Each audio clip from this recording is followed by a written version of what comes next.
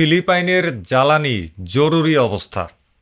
পাকিস্তানের জ্বালানিতে বিস্ফোরণ, 200% লেভি বৃদ্ধি এবং দক্ষিণ এশিয়ার অশনি সংকেত। খুবই ভয়ঙ্কর অবস্থা। আমাদের দেশে তো জ্বালানি তেল নিয়ে যা হচ্ছে মানে বলার বাইরে। আর এরই মধ্যে এই ধরনের খবরাখবর দেখে তো সত্যি খুবই চিন্তাগ্রস্ত হয়ে গেছি। চলেন আজকে আমরা আমাদের কথাবার্তাগুলো শুরু করি।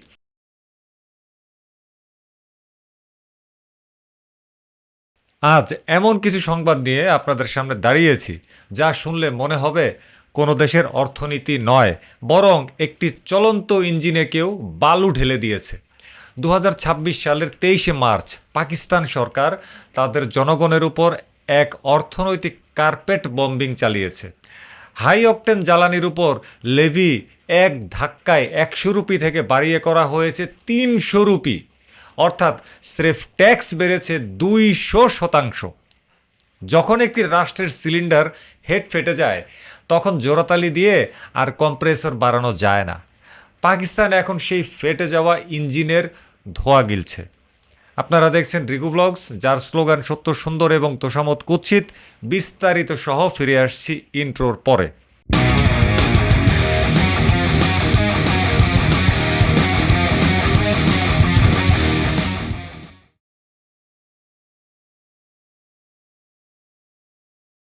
নিউজ সোর্স হিসেবে আমরা যদি এনডিটিভি এবং দ্য সানডে গার্ডিয়ানের রিপোর্টের দিকে তাকাই তবে চিত্রটা খুবই ভয়াবহ। প্রধানমন্ত্রী শেহবাজ শরীফের সভাপতিত্বে অনুষ্ঠিত উচ্চ পর্যায়ের বৈঠকে এই সিদ্ধান্ত নেওয়া হয়েছে।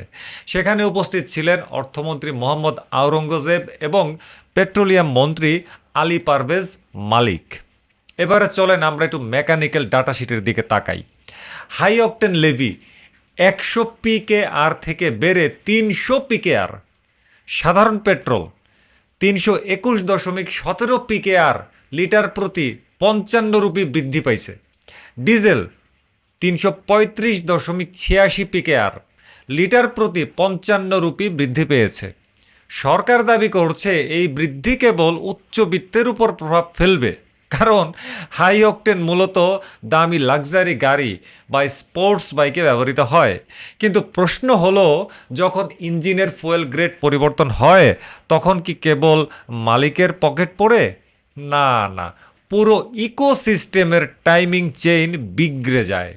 বিলাসিতার মাসুল দেওয়া ভালো, কিন্তু যখন নুন আনতে পান্তা ফুরোয় তখন হাই অকটেন লেভি বাড়ানো মানে হলো মৃত ঘোড়াকে চাবুক মেরে দৌড়ানোর চেষ্টা।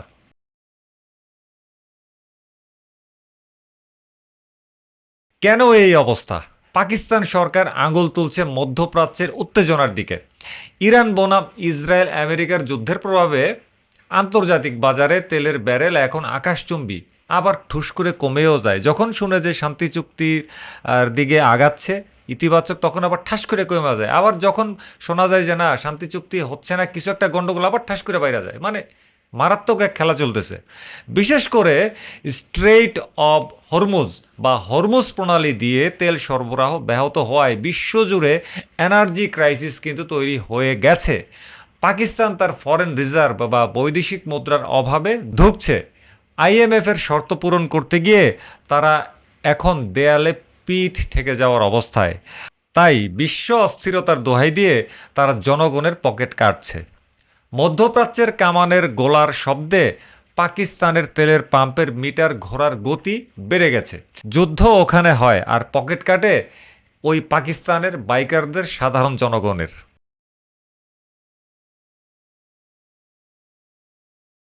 সরকার বলছে গণপরিবহনের প্রভাব পড়বে না। পাকিস্তানের সরকার কি অদ্ভুত একটা রসিকতা! হ্যাঁ, জেট ফুয়েলের দাম বাড়ার কারণে ইতোমধ্যে পাকিস্তানের আভ্যন্তরীণ রুটে বিমানের টিকিটের দাম 2,800 থেকে 5,000 রুপিতে 5,000 রুপি পর্যন্ত বাড়ছে। আর আন্তর্জাতিক রুটে 10,000 থেকে 28,000 রুপি পর্যন্ত বৃদ্ধি পেয়েছে পাকিস্তানে। মধ্যপ্রাচ্যগামী ফ্লাইটে 15,000 রুপি বাড়তি গুনতে হচ্ছে। যারা বিদেশে কামলা খাটতে যান তাদের জন্য এই টাকাটা জোগাড় করা মানে হলো পরিবারের 1 মাসের খাবার বিসর্জন দেওয়া। শুধু কি তাই, ডিজেল আর পেট্রোলের দাম বাড়ার ফলে লজিস্টিক চেইন বা পণ্যবাহী ট্রাকের ভাড়া বেড়ে গেছে অলরেডি। ফলে চাল ডাল চিনির দামও এখন রকেটের গতিতে বাড়ছে। পাকিস্তানের সরকার বলছে তারা শুধু লাক্সারি টার্গেট করেছে, অথচ বাস্তবতা হলো পাকিস্তানের সাধারণ মানুষের জন্য এখন 3 বেলা পেট ভরে খাওয়াটাই সবচেয়ে বড় লাক্সারি হয়ে দাঁড়িয়েছে।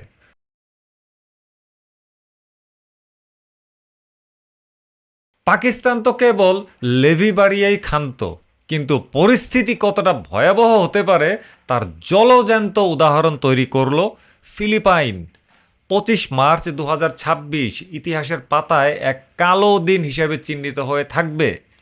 আল জাজিরা এর সূত্র মতে ফিলিপাইন বিশ্বের প্রথম দেশ হিসেবে আনুষ্ঠানিকভাবে জাতীয় জ্বালানি জরুরি অবস্থা ঘোষণা করেছে। প্রেসিডেন্ট ফার্দিনান্দ মার্কোস জুনিয়র এক নির্বাহী আদেশের মাধ্যমে জানিয়েছেন দেশ এক আসন্ন বিপদের মুখে।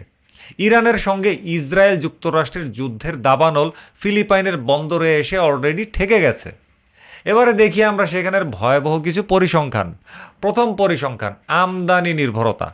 ফিলিপাইনের প্রয়োজনীয় তেলের 98% আসে পারস্য উপসাগরীয় দেশগুলো থেকে। 2, মজুদ সংকট। দেশটির জ্বালানি মন্ত্রী স্বীকার করেছেন তাদের হাতে আর মাত্র 45 দিনের তেল অবশিষ্ট আছে। 3, দাম বৃদ্ধি। যুদ্ধ শুরুর মাত্র 3 সপ্তাহে সেখানে ডিজেল এবং পেট্রোলের দাম দ্বিগুণেরও বেশি বেড়েছে। এই জরুরি অবস্থার মানে হলো এখন থেকে সরকার সরাসরি তেল কেনা, মজুত করা এবং রেশন কার্ডের মতো তেল বন্টন তদারকি করার আইনি ক্ষমতা পেল। অর্থাৎ ফিলিপাইনের সাধারণ মানুষের জন্য এখন তেল পাওয়াটা আকাশের চাঁদ হাতে পাওয়ার সমান। যখন কোনো দেশ এনার্জি ইমার্জেন্সি ঘোষণা করে তখন বুঝবেন সেই দেশের অর্থনীতির ইঞ্জিন সিল হয়ে যাওয়ার ঠিক এক কদম দূরে দাঁড়িয়ে আছে। ফিলিপাইন আজ যা দেখছে তা হয়তো আগামীতে পুরো এশিয়ার প্রতিটি দেশের দরজায় কড়া নাড়বে এমন আশঙ্কা দেখা যাচ্ছে।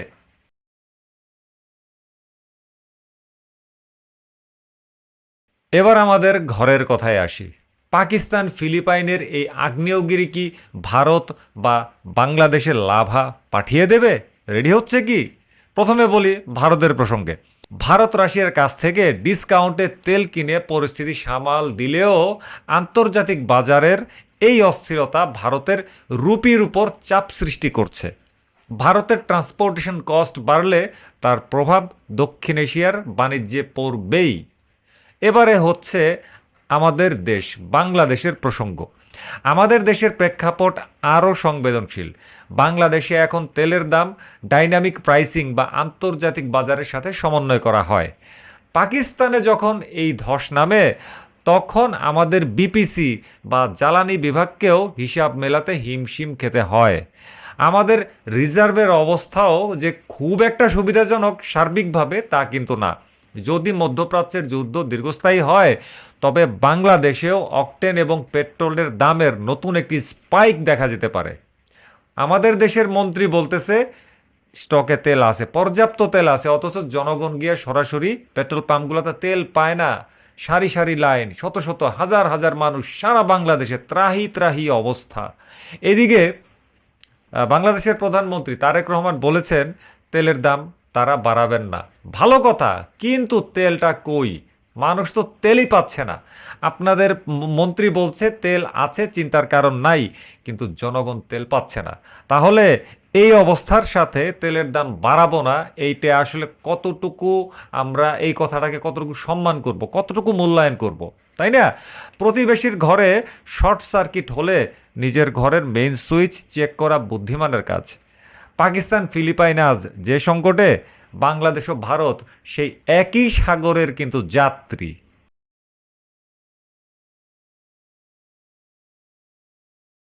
মেকানিক্যাল পয়েন্ট থেকে বলি, যখন হাই অকটেনের দাম 350 বা 400 রুপি লিটার হবে তখন অনেক চালক কম দামি লো গ্রেড ফুয়েল ব্যবহার শুরু করবেন। এতে ইঞ্জিনের নকিং বাড়বে, পিস্টন ড্যামেজটা দ্রুত হয়ে যাবে, ত্বরান্বিত হবে এবং গাড়ির আয়ু সার্বিকভাবে কমে আসবে। পাকিস্তানের অটোমোবাইল ইঞ্জিনিয়ারদের জন্য আগামী বছরগুলো হবে এক বিরাট দুঃস্বপ্ন।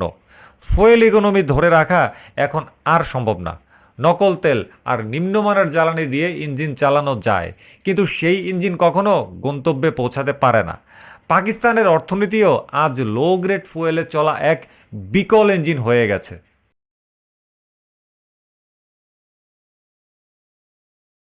পরিশেষে বলি, পাকিস্তানের এই পরিস্থিতি আমাদের জন্য কিন্তু চরম একটা শিক্ষা। আত্মনির্ভরশীলতা না থাকলে এবং বিকল্প জ্বালানির উৎস তৈরি না করলে যে কোনো দেশ এভাবে দেউলিয়া হতে পারে। সত্য বলা এই চ্যানেলের অন্যতম একটা কাজ, হোক তা নিজের দেশের, হোক বা প্রতিবেশীর, হোক বা অন্য যে কোনো দেশের। কারণ তোষামত দিয়ে আপনি হয়তো সাময়িক বাহবা পাবেন, কিন্তু সত্যের অভাবে পুরা জাতি কিন্তু ধ্বংস হয়ে যায়। সত্য সুন্দর আর তোষামত কুৎসিত। তোষামতকারীদের ভিড়ে সত্যের সাইলেন্সার লাগানো গাড়ি চালানো কঠিন, তবুও আমরা চালিয়ে যেতে চাই। ভিডিওটি ভালো লাগলে লাইক দিন এবং আপনার মতামত জানান। আমাদের দেশেও কি তেলের দাম সমন্বয়ের নামে এমন পরিস্থিতি হতে পারে?